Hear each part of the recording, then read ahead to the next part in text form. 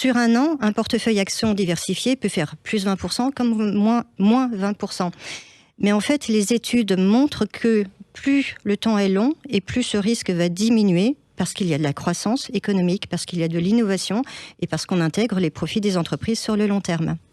Alors du coup, comment faire concrètement pour investir en actions sans prendre des risques démesurés en fait ?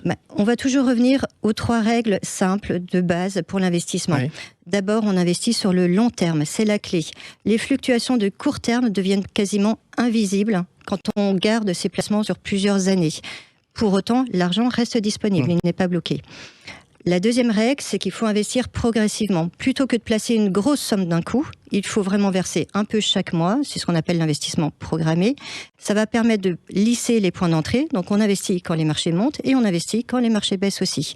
Et la troisième règle, c'est de diversifier. On ne parie jamais sur une seule entreprise, un seul secteur ou un seul pays. Et pour ça, en fait, vous pouvez très bien passer par l'investissement via des fonds.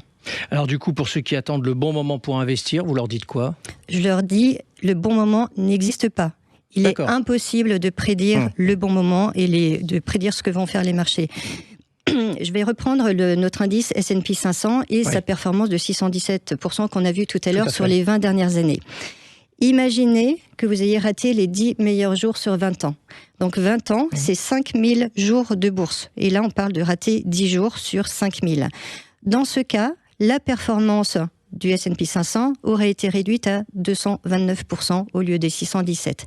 Donc, en ratant simplement 10 jours sur 5000, vous divisez votre performance par plus que 2.